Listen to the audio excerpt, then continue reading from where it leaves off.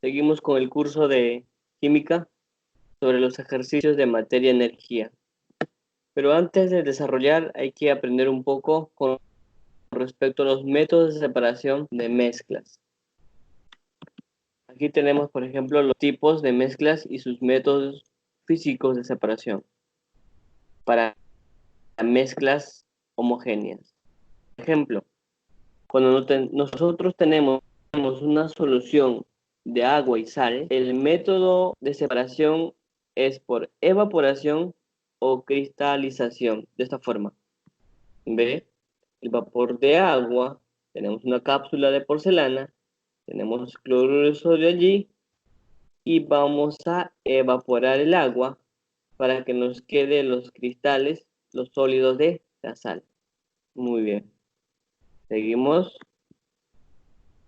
con respecto a la solución homogénea de agua y alcohol. Para ello vamos a utilizar la destilación. Ahí tenemos un termómetro. Recuerden que el alcohol, su temperatura de ebullición es 78 centígrados. En cambio del agua es 100 centígrados a nivel del mar. Por lo tanto, utilizamos este proceso para separar esta solución. Y luego tenemos la centrifugación, es decir, tenemos una solución homogénea en la sangre. Entonces vamos a centrifugar para poder separar.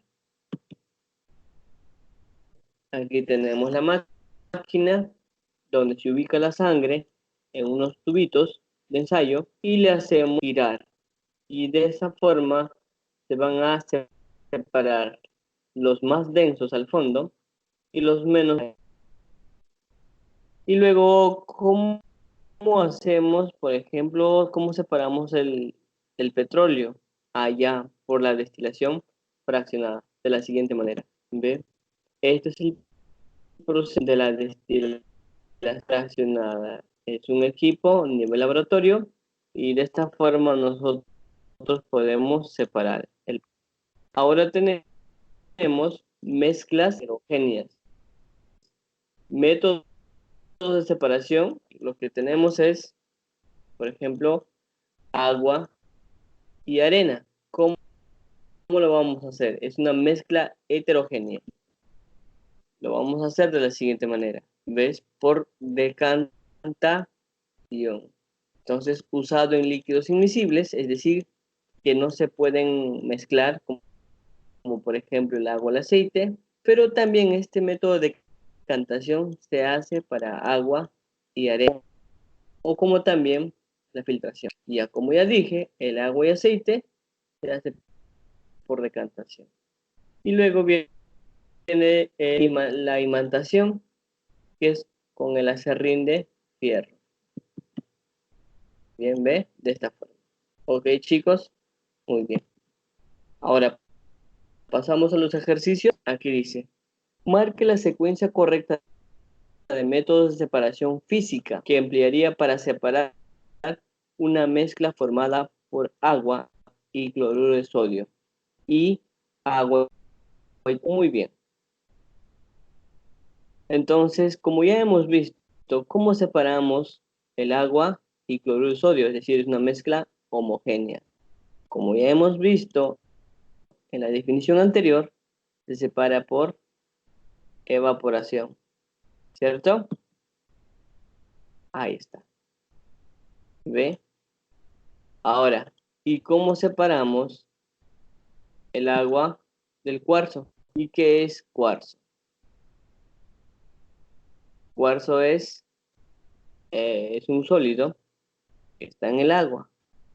Es decir, en esta forma lo vamos a separar de decantación. Este método es utilizado para separar el sólido en grano, es decir, como por ejemplo aquí tenemos el cuarzo, grueso insoluble, para la separación también se utiliza para la separación de dos líquidos inmiscibles, la decantación, como ya lo hemos dicho. Entonces, sería evaporación y decantación, o ebullición o decantación. Nuestra respuesta sería la A. 2. Determine la cantidad de calor en kilocalorías necesaria para 3 litros de agua.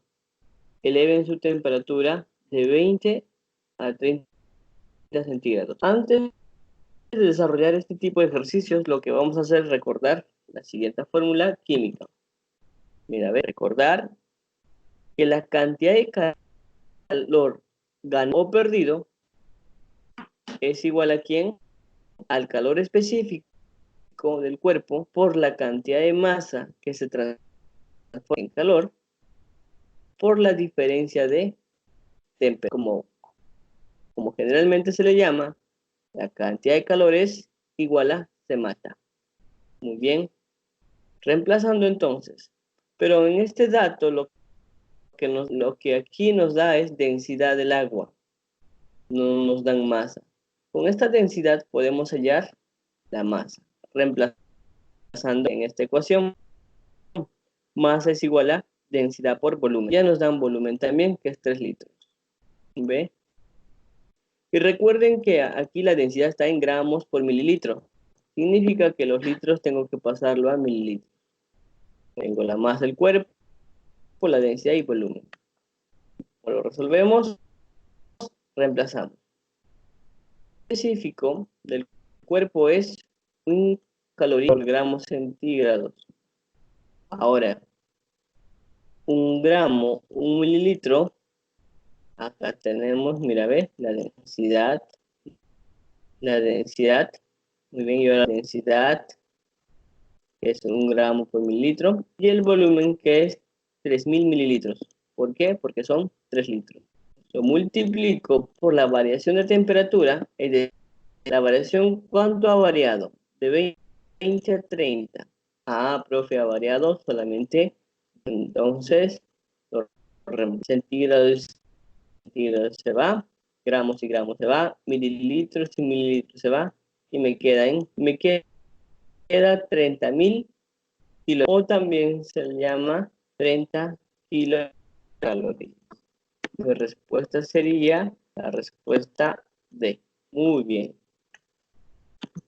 Ahora seguimos. El ejercicio 3.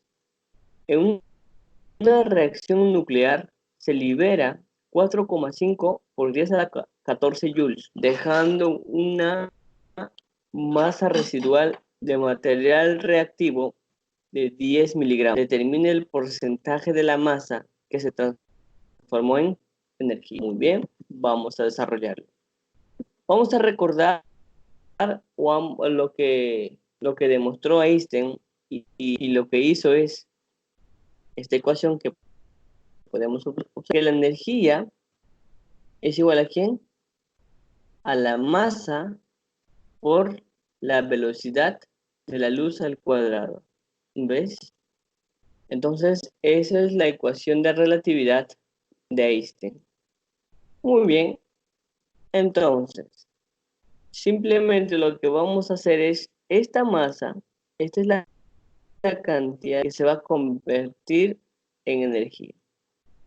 Y la velocidad de la luz, su valor numérico es 3 por 10 a la 8 metros por segundo. A ver, reemplazando datos, reemplazando datos en 1, tendríamos 4,5 por 10 a la 14 joules, ahí está, que es energía, es igual a la variación de masa por la velocidad de luz, pero todo al cuadrado, 3 por 10 a la 8 al cuadrado. Operando este 2 entre aquí tendría 9, y 10 a la 8 por 2, 10 a la 16. Como podemos observar aquí, que ya pasó a dividir. Entonces la variación de la masa o la masa que se convierte en energía es 5 por 10 a la menos 3. Me están pidiendo el porcentaje de la masa que se transforma en energía. Ya, ahí está, la masa que se transforma en energía entre la masa inicial por 100. Pero me dicen que la masa residual del material reactivo es 10 miligramos. Ya, significa que la masa inicial fue la masa que se transformó en energía más la masa residual, que es 10 miligramos. Entonces tenemos aquí, ¿ve? Porcentaje en masa va a ser 5 por 10 a la menos 3 entre 5 por 10 a la menos 3, que es la masa que se transformó en energía, más la masa residual. Muy bien. 10 a la menos 3 se van. ¿Qué me queda? 5 sobre 15%. Y eso me sale la variación de porcentaje de la masa que se transformó, 33.3%. 4. Una propiedad intensiva no depende de la masa. ¿Cuántas de las siguientes propiedades son intensivas? Ya. Punto de fusión dependerá de la cantidad de masa, pero hay que reconocer qué es una propiedad intensiva. Una propiedad intensiva es una propiedad que no depende de la cantidad de masa. En cambio, la propiedad extensiva sí depende de la cantidad de masa.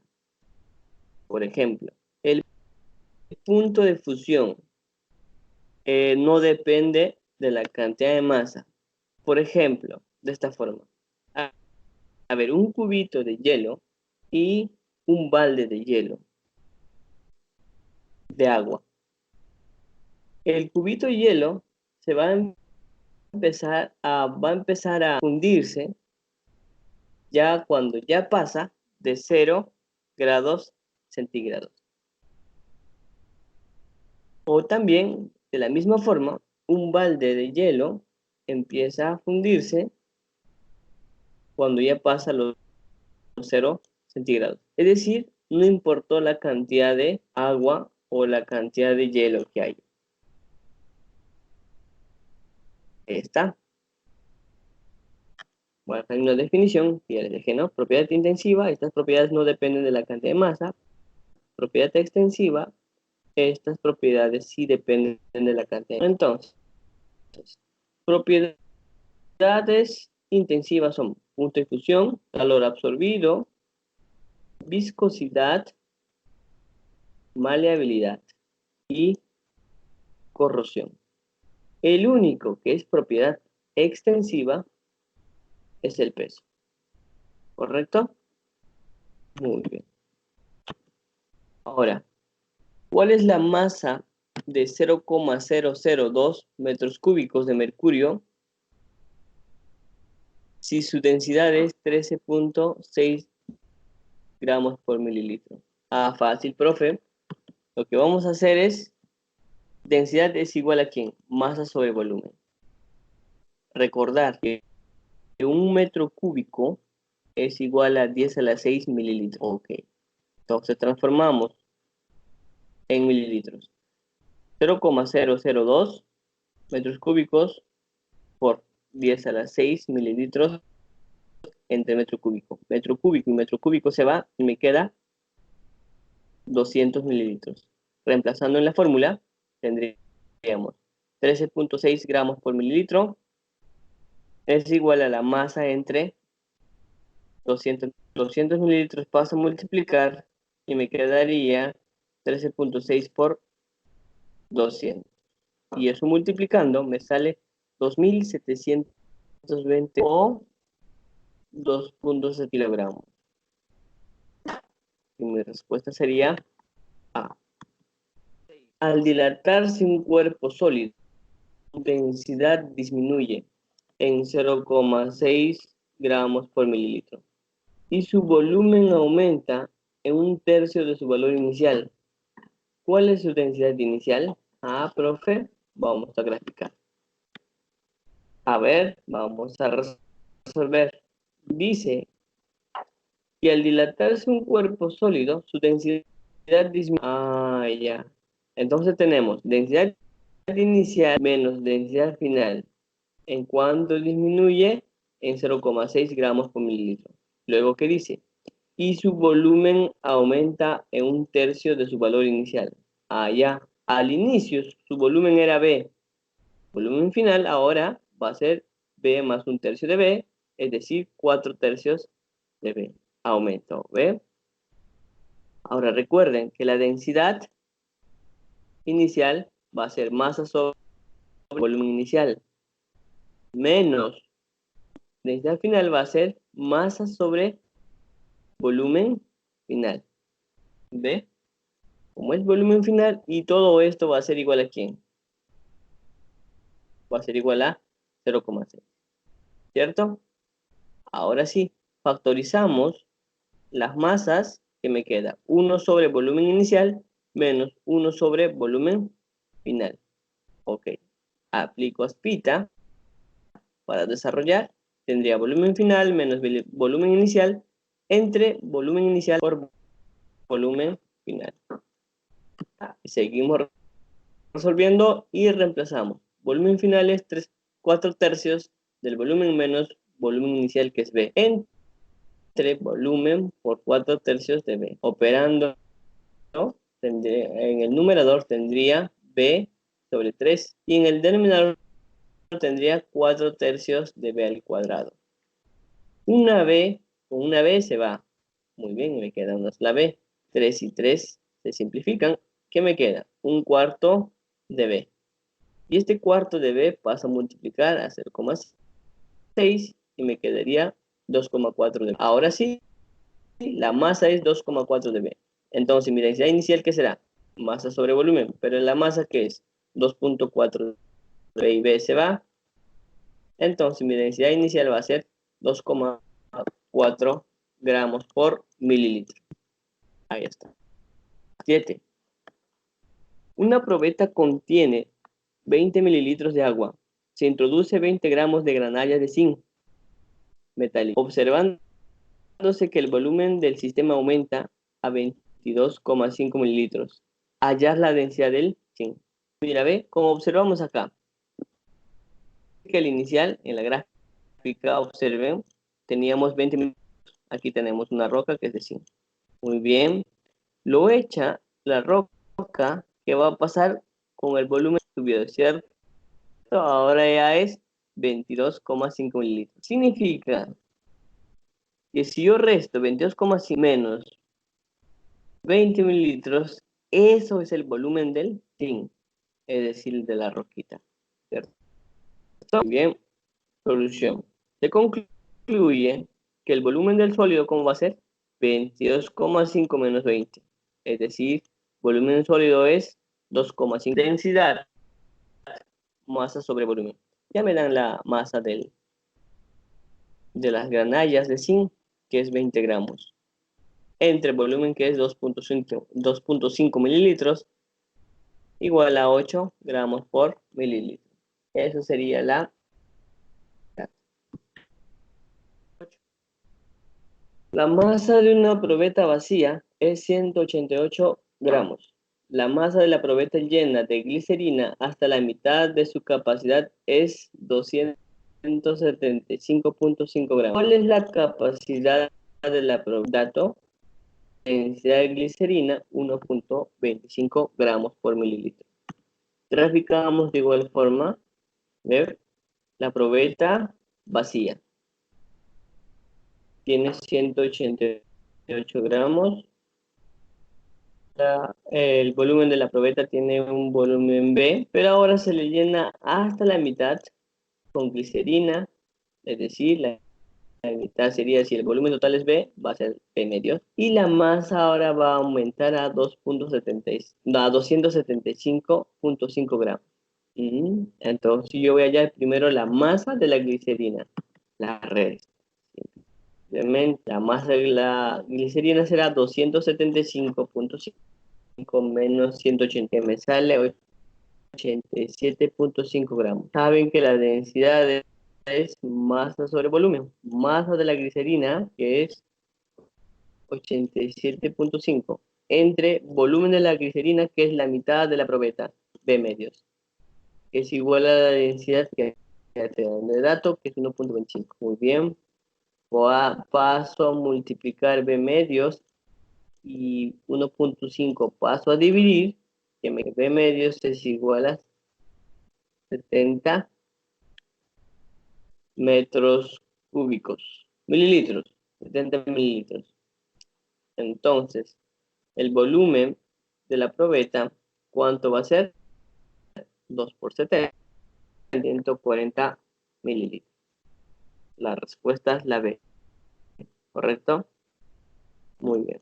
Bueno, aquí les dejo la tarea para que me puedan presentar la próxima clase, es decir, el próximo miércoles.